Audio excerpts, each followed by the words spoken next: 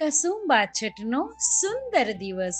તો પુષ્ટિ માર્ગમાં આ ઉત્સવનું મહત્વ ભાવ ભાવના શ્રી ઠાકોરજીની કૃપાથી જોઈએ. શ્રી ગોવર્ધનનાથ કી જય. કસુંબાનો અર્થ સખીજનો લાલ, અનુરાગનો રંગ લાલ, પ્રભુ પ્રેમના આકર્ષણનો રંગ લાલ, સકારાત્મક રંગ શિંગારનો રંગ લાલ. કશુંબલ, કશુંબા છઠ. હવે આ ત્રણ ભાવ સુંદર સુંદર આપણે અહીંયા પ્રભુ કૃપાથી જોઈએ. સખીજનો, ઠાકોરજી જ્યારે મથુરા ગમન કરી ગયા, મથુરા પધારી ગયા, ત્યારબાદ વર્ષા ઋતુનું જ્યારે આગમન થયું ત્યારે સખીજનોને, ગોપીજનોને કૃષ્ણ વિરહમાં ખૂબ તાલાવેલી થતી હતી શ્રી ઠાકોરજીની ઝાંખી કરવાની.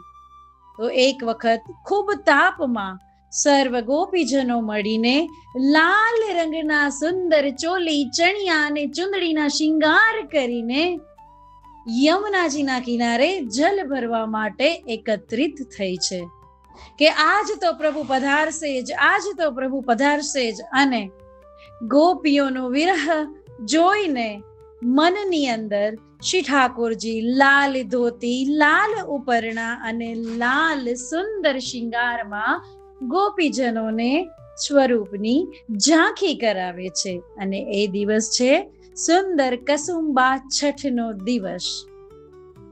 બીજો ભાવ છે વર્ષા ઋતુનું આગમન. વર્ષા ઋતુ એટલે પ્રેમની ઋતુ, અનુરાગની ઋતુ. એનો રંગ છે લાલ. આજથી ધીમે ધીમે સુંદર સુંદર વર્ષા ઋતુનું વધારે ને વધારે આગમન થતું જાય છે.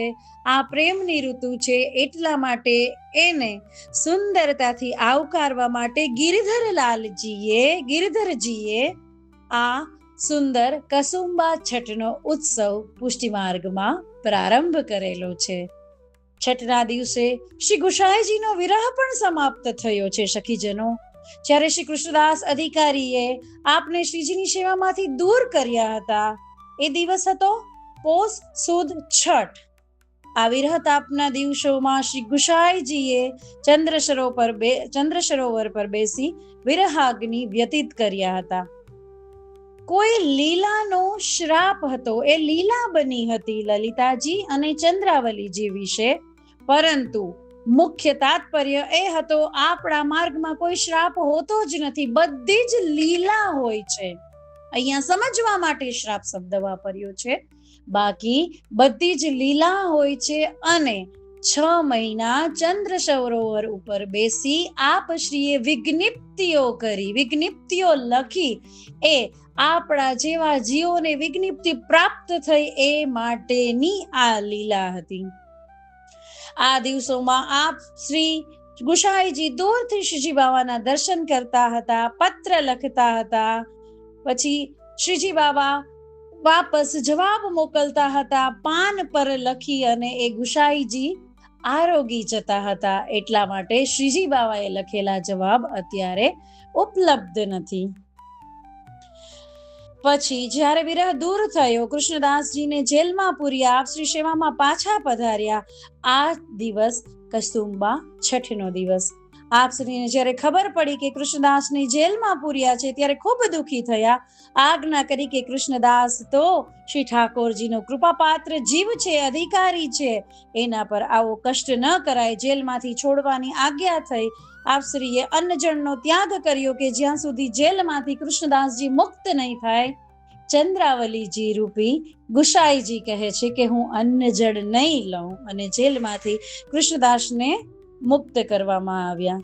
અને પરમ કૃપાળુ શ્રી વલ્લભ નંદન અહીંયા ગવાયું છે એવું શ્રી કસુંબા છઠ. શ્રી પ્રભુચરણ જતીપુરા પધાર્યા. ગોવિંદકુંડમાં સ્નાન કરીને શ્રી ગિરધરજીને આજ્ઞા કરી કે આજે શ્રી ગોવર્ધનનાથજી સાથે પુનઃ મિલનનો ઉત્સવ છે. આજે સંયોગનો અવસર છે, સંયોગનો રંગ પણ લાલ છે, તેથી મારા માટે લાલ રંગના ધોતી ઉપરના લાવો.